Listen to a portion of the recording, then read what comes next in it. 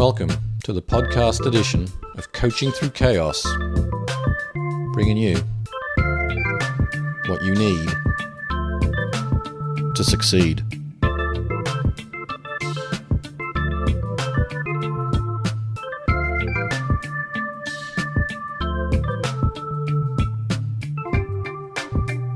And now, here is your host, Dr. Colleen Mullen. And we're back. Hi, everyone. I'm your host, Dr. Colleen Mullen, and this is the first episode of Season 2 of the Coaching Through Chaos podcast. I'm so excited to get things going again. Dr. B and I have been on a nice break to enjoy our holidays, visit with friends and family, and gather up some great guests for Season 2. We still want to motivate, empower, and inspire you. Over the break, I had some fun and took a couple of trips to visit some extended family. My first trip was to San Luis Obispo, California. It was beautiful up there. It was my first bed and breakfast experience, and it was really wonderful. My second trip was to our nation's capital right before Christmas. It's a beautiful time of year to visit that part of the country. I absolutely love Washington, D.C., and can't get enough of the museums, the architecture, and the city's energy. I really had some fun times on both of my trips. I hope you had a wonderful holiday season as well. This season's lineup is coming together in exciting ways. Some of the topics we're going to go over are staying sane while online dating, early parenting, self-forgiveness, brain hacking for better productivity, what to do if you find yourself in a relationship with a narcissist, and of course, we're going to have our regular feature for those who put their lives on the line for us, our military, law enforcement, and firefighter-focused organizations. Something new I'm going to do this season is to read out a review during each episode. I truly appreciate them and want to share what you have to say.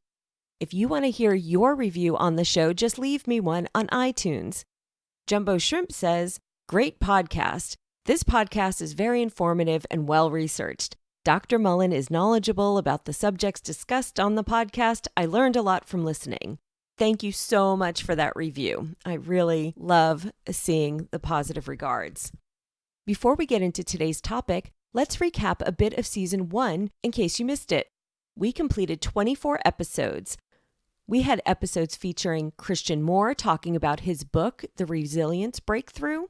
In another episode, I got to explore the Virtual Reality Medical Center to learn how they are using VR technology to decrease the incidence of post-traumatic stress in our combat veterans. Darlene Lancer talked about how to break the cycle of codependency in relationships. We also heard from Pause for Purple Hearts, who are connecting service dogs with our veterans. And I flipped the tables on top podcaster Eric Zimmer of the When You Feed podcast when he talked to me about the obstacles he's overcome in his life. Detective Mike Proctor brought us all the information we'd ever need to know on stalking and how to stay safe. Financial planner Jeff Motsky talked to us about his financial guide to couples compatibility, and the Irrelationship Group gave us a new way of thinking about relationships. It was hard for me to pick which episodes to highlight here for you. For the full roster, you can find us on iTunes or on the Season 1 page at coachingthroughchaos.com. For all 24 episodes, we have summaries and blog posts to make it easy to pick which ones you want to listen to. Okay, let's get into today's topic, super commuter couples. When I first heard that term, I thought it was people who maybe lived an hour away from work. I'm a person who doesn't like to commute very much at all, so for me, an hour each way is a super commute. But my guest, MeganBearce, tells us that the basic definition is a commute over 90 minutes round trip. She has firsthand experience with this as part of a super commuter couple. Megan, her husband Ian, and her kids live in Minneapolis, but Ian commutes to New York every week. He's been doing this for years, and somehow they've made this work. Now, Megan and Ian are not alone in this. Megan is a therapist and began to research this topic of supercommuter couples when she became part of one. She has since found out that supercommuting is a way of life for so many people for so many reasons. Her book, Super Commuter Couples, Staying Together When the Job Keeps You Apart, is a handbook for those trying to manage their supercommuter relationships. She's going to give us some helpful tips for keeping your relationship strong, staying connected with your kids, and how to manage the unique stressors that this lifestyle can present. Let's welcome MeganBearce.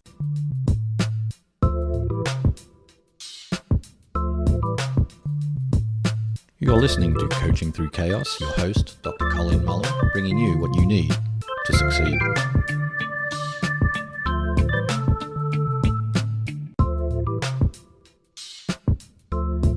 I'm here with MeganBearce, a licensed marriage and family therapist out of Minneapolis, Minnesota, who has written a book on super commuters. Thank you, Megan, for being with me on the Coaching Through Chaos podcast. Thanks so much for having me on. You know, I am interested in super commuters because I am the farthest thing, and my husband is as well. We barely want to travel 15 minutes to get to work. So I'm fascinated when I hear of stories of people who commute very long distances.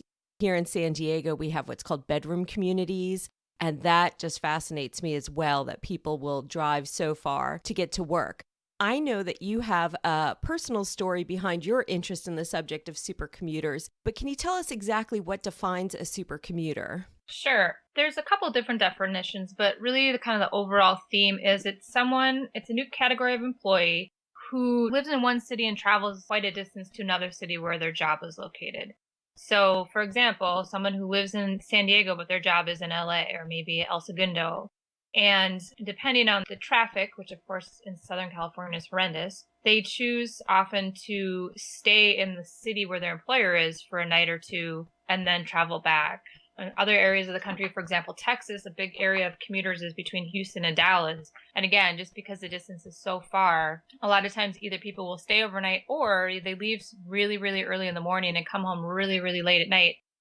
And really the thing that has in common is it really limits the time you have with your spouse and your family. Yes, it made me think it's the only experience similar to that of some military couples who have these forced separations at times. What is your personal interest in super commuters? Can you tell us your experience of being part of a super commuter couple? I can. So that's kind of how, of course, a lot of times a book is born, and that's my example. About a year after we moved to Minneapolis from Los Angeles, it was 2009, 2010, when, of course, the economy really wasn't that great yet. And my husband's position was a little shaky, and he got approached by a company in New York, which was really a dream opportunity, both the work he'd get to do and the people he would get to work with. But it was in New York, and we had just bought our house in Minneapolis, and my family is all here, and we really weren't sure, what if he gets there and he doesn't like the job, or what if he gets laid off, or there was just so many unknowns. But yet at the same time, we felt the job here was not very stable. So he started talking to some people that he knew who did commute similar to him. And we decided we would try it for a year. His employer was open to it, and it was kind of the best option from not a lot of great options. And so we embarked on it, not really knowing what we were doing. And the more people would hear, or more I'd mentioned that we were doing this, I would hear, oh, my cousin did that, or my neighbor did that for 6 months, or, like you mentioned, the military, that's a pretty common situation with deployments and workups. So kind of all happened simultaneously, that we were doing it, I was hearing more about it, and then at the same time in my office, I would have more clients coming in who would mention, oh, by the way, my spouse travels 3 weeks out of the month because they're a consultant or they are working IT, and all of a sudden here we are in the middle of this new wave of lifestyle. Yeah, and what did that exactly look like? So he commutes to New York. How often does he or did he come back? He pretty much always leaves on Monday morning first thing and comes back Friday night. So for us, it's a weekly commute. Wow. Yeah, and it was just 5 years in November. So he's still doing that? Still doing it. If you would have told me that, I would not have believed you. I figured a year and then, but no. And I think that's something you hear from a lot of people in this situation, and we can talk more, but there's usually a couple different variations. But a lot of times, like I said, you weigh all up the pros and cons, and it works. You can make it work. I guess that's the message I like to convey to people, is it doesn't have to mean the end of your relationships. Your kids are going to be totally messed up. It doesn't have to be the outcome of this sort of situation. It doesn't mean it's going to be easy all the time, but you can make it work. Right. It sounds like one of those things, it's that unknown factor.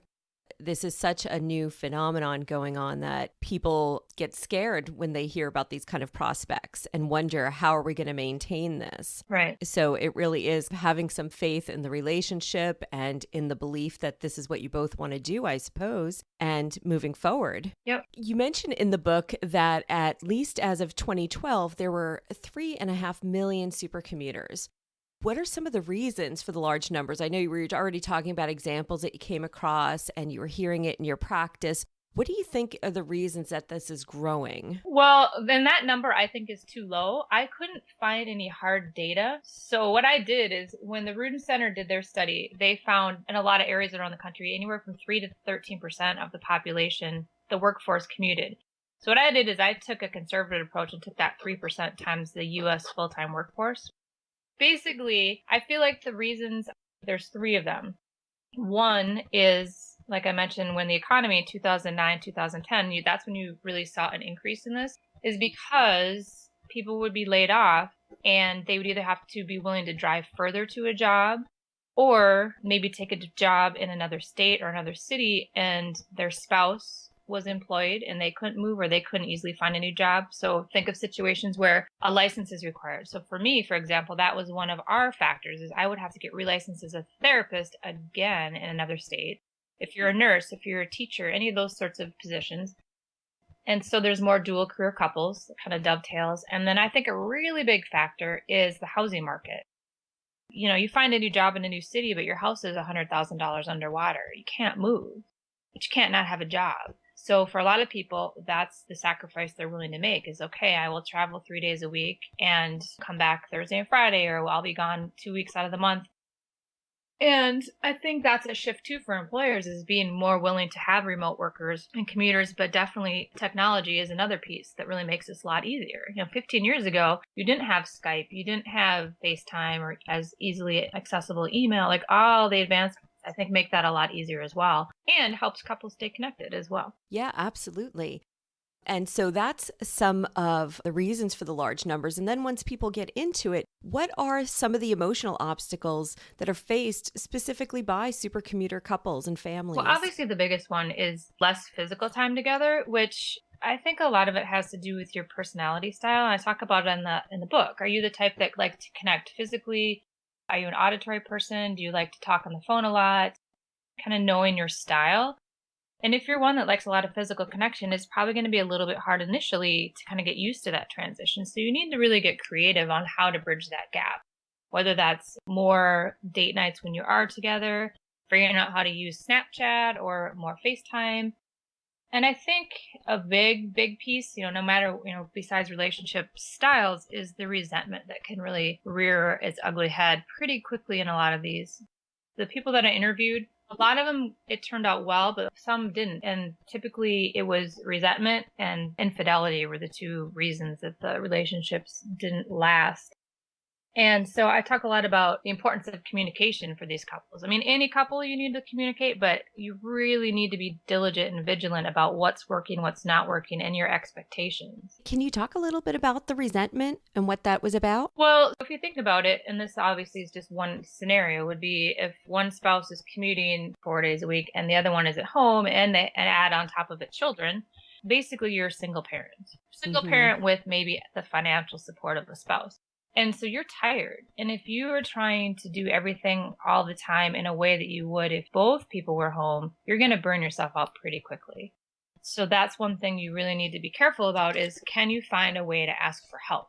And I think that's really hard in our society, but especially for women who feel like they have to do it all and they have to be superwomen. And that's kind of another part of my practice is working with high achieving women who get overwhelmed and are perfectionists. And I feel like those are the at-risk people in these sorts of relationships. Another piece I get asked about a lot are the children. What about the children? Is this going to ruin our children if, dad or mom is gone? And I don't think so. I think, again, you need to get a little creative, but it really kind of boils down to quality versus quantity. And you can have both parents home every single night, but if you're not connecting with the kids, if they're not communicating, if everybody's on their smartphones, if you're running around 15 different activities a week, there's no real solid, meaningful connection going on there either. So I share a lot of tips. Many of them I got from military families because I thought who better to explain how to stay connected to your kid than people who may be away from each other for a year. Absolutely. I think there's so much to learn from that population. And in speaking of the kids, how do kids sometimes influence the decision to become a supercommuter family? I know you had just had, I think, your second baby when your husband got his job offer. So for us, for me in particular, like I mentioned, my family lived here, and that is a huge source of support for me. So I really wasn't willing to give that up, having a 9-month-old and a 2-year-old. And so that's definitely something to weigh into the decision of commuting. Do you have support? And if you don't, can you find it? Can it be a neighbor? Can it be a grandparent in the community who has extra time?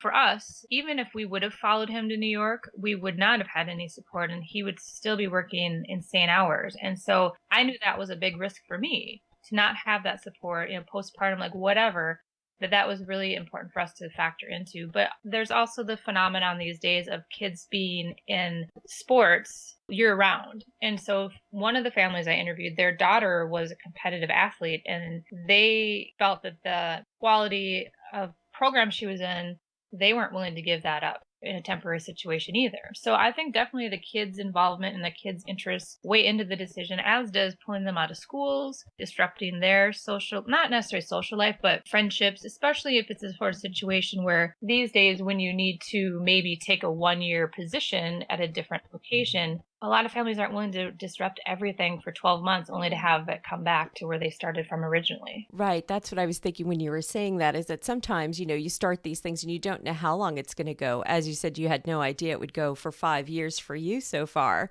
So taking in the whole family's well-being is really important.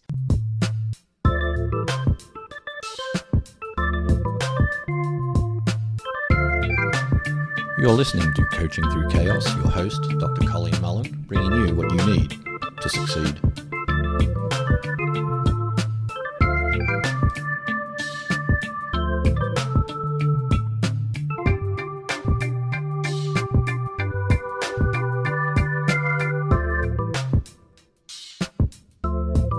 Let's go to some problem solving for super commuter couples.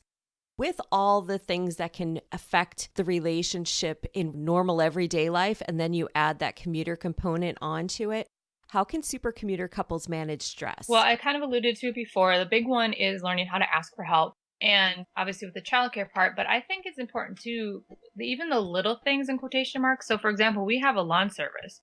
They mow our lawn, they shovel our driveway. That's 2 hours every weekend that my husband or I would have to be out there doing that. And our time is really valuable. And so for us, yes, we're paying a little bit more than if we did it ourselves, but I feel like it's an investment in our relationship and our family time. It's important too, when we talked a lot about the people who are at home finding ways to relieve stress, whether that's massage or book club or exercise regularly.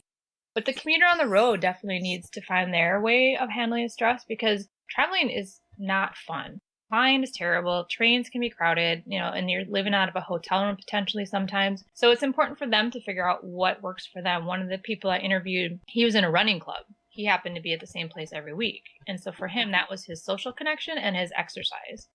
And I think a really important part of the couples that I found were successful were they were really knowledgeable and diligent about the reentry period, which is what I call the time when the couples come back together. Okay. Because typically when we talk to these couples, being apart sometimes really isn't that difficult. You get into a routine. For couples who have a interest and support network outside of the relationship, which I think is important, they actually are okay when they're apart. It's that when they come back together, especially when there's children, that's when the fights can happen, because one person has a routine and the kids are used to mom or dad doing it one way, and then the other parent comes home and wants to do it a different way. And sometimes it turns into the dynamic that divorced parents run into, where they call it a Disney dad situation. Yes. The dad wants it to be all about fun and games and let's play, where the spouse who's been at home is like, I have this huge to-do list. Like, I need help. And so that's when the conflict happens. Right. And that management of the quality over the quantity and figuring out how to get that balance in there as well, it sounds like. And I'll talk to families about, can you cut out the number of activities your children are in? And people don't like to hear that. I know. They don't. They don't like to hear it. But, instead of being in soccer and swimming lessons, can you do one and then another one later? And I think inherent in this is it always has to be reevaluated. Your kids go through different developmental stages. Your time fluctuates throughout the year. And as long as you realize that change is inevitable and you need to move with it, I think that is really useful too with these couples. You need to expect unexpected and be flexible. Yes. And I think that probably is one of the best traits that a couple can have when dealing with something like this. And then we have the kids who are also coping. So the parents have some stresses to manage. How can supercommuter parents help their kids cope with the constant absence of the parent? So I think a lot of it depends on the age of the child. For example, a 2-year-old has a harder time with the concept of time, obviously, than a 10-year-old does. So we've done different things throughout the 5 years. So when they were little, we would have them do like a little journal. For each day, we would jot down just like one sentence of what happened during the day, because those little things you forget. So by the time dad comes home on Saturday, it's like, oh, I forgot that so-and-so had a super fun play date, whatever. Some of the military examples, one that I liked in particular was you take a jar and you put kiss-filled candies in there, one for each day that the commuter's gone.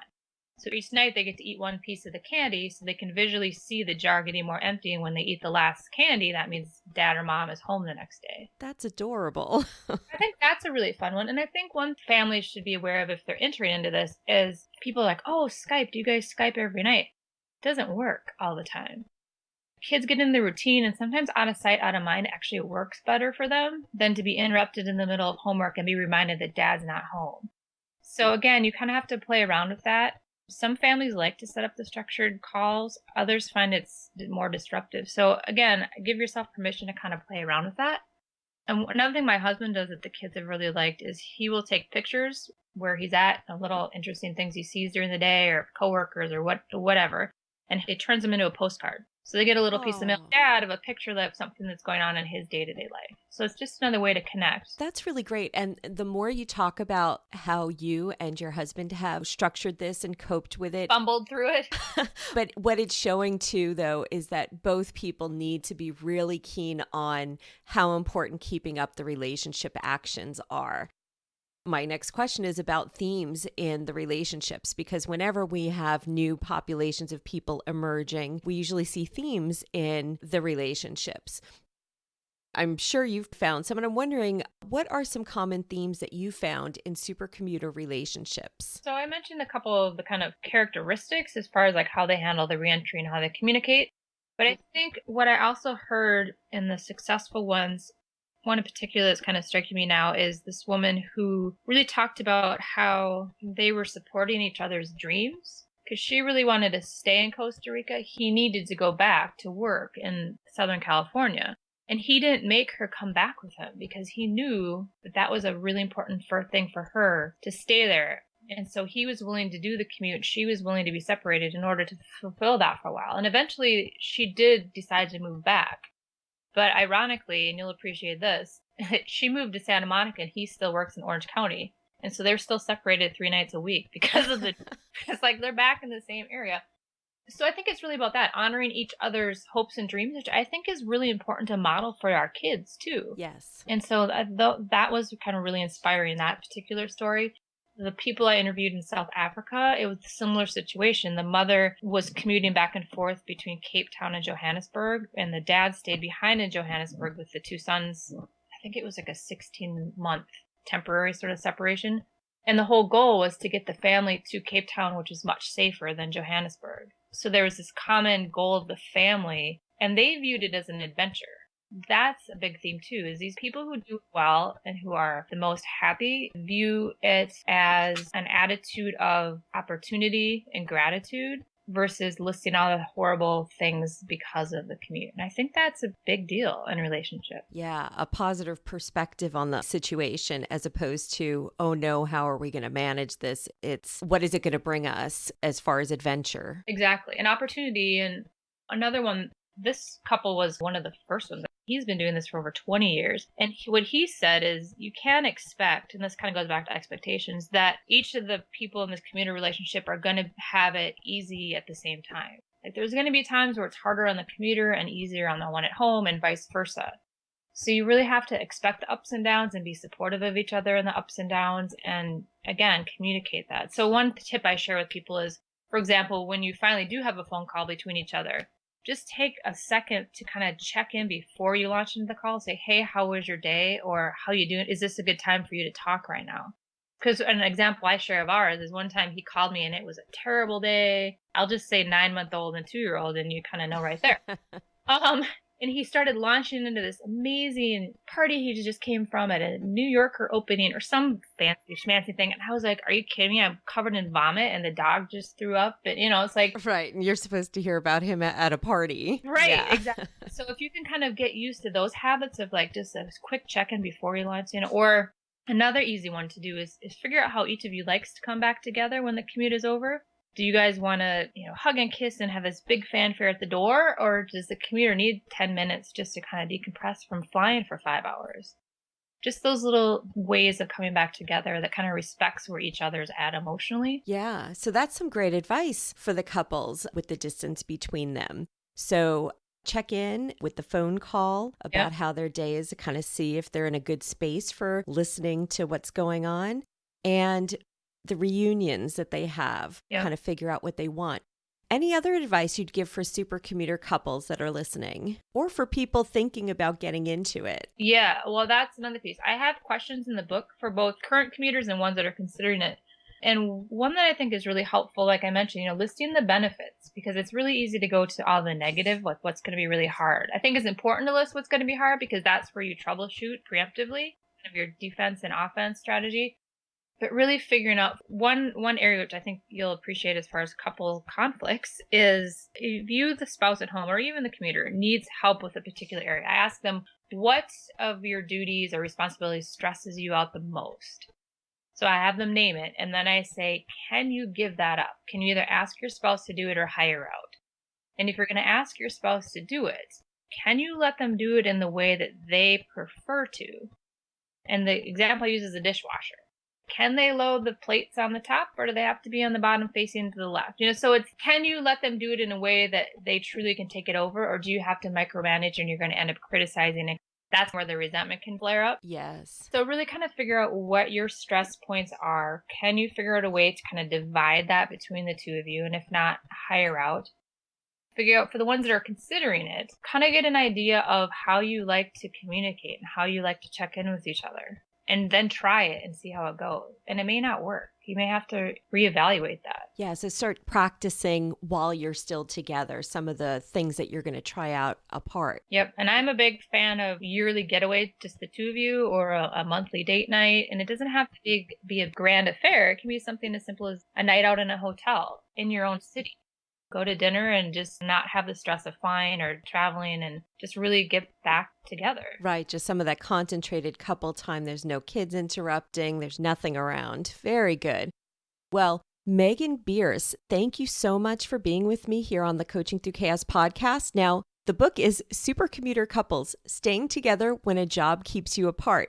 Megan, where can people find you? You can find me on my website, MeganBearce.com, and the book is available pretty much where any book's sold, brick and mortar. Ask for it at your favorite bookstore or online at Amazon and Barnes & Noble, iTunes, both in paperback and ebook format. Fantastic. Well, thanks so much, Megan, for being with me on the show. This was a great interview. Thanks.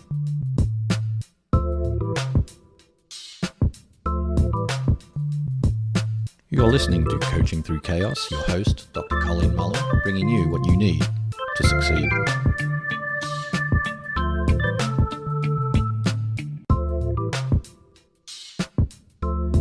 Thanks, Megan, for all the wonderful information. I'm constantly reminded of how resilient and strong some couples can be in light of unfamiliar and stressful circumstances. You'll find links to Megan's website and her book with today's blog post on Super Commuter Couples. That wraps up episode 1 of season 2 of the Coaching Through Chaos podcast. Thanks so much for listening. If you like what you've heard, there are a few ways for you to support us. The first 2 are absolutely free. The first way to support us is to share an episode you like with a friend or on your social media pages. The second way is to leave us a review on iTunes, and as I said, I'll be reading out the reviews on the show this season. And the third way is through our pledge page. We have recently launched a Patreon page, which is a fundraising page for creative projects. On that page, you can pledge a monthly amount starting as low as $1 a month to support us. That's just $12 for the entire year. After you pledge more than $5 a month, though, there's a tiered reward system with rewards that range from personal shoutouts on the show for your support, a Coaching Through Chaos t-shirt, or Skype calls with me. You'll find the link to our Patreon page in today's blog post. I want to thank Dr. B for my audio engineering and artwork, and BennettSullivanMusic.com for my theme music. I'd love to hear from you between episodes. You can find me on Twitter. I'm at Dr. Colleen Mullen, and on Facebook at Coaching Through Chaos. Of course, you can stay up to date on the latest episodes and blog posts and get extra free information, including my ebook with 100 tips for living a happier, healthier life by signing up for my mailing list at coachingthroughchaos.com. Okay, well, that's it for me this week. I hope you find your calm on the other side of your chaos. Have a wonderful day.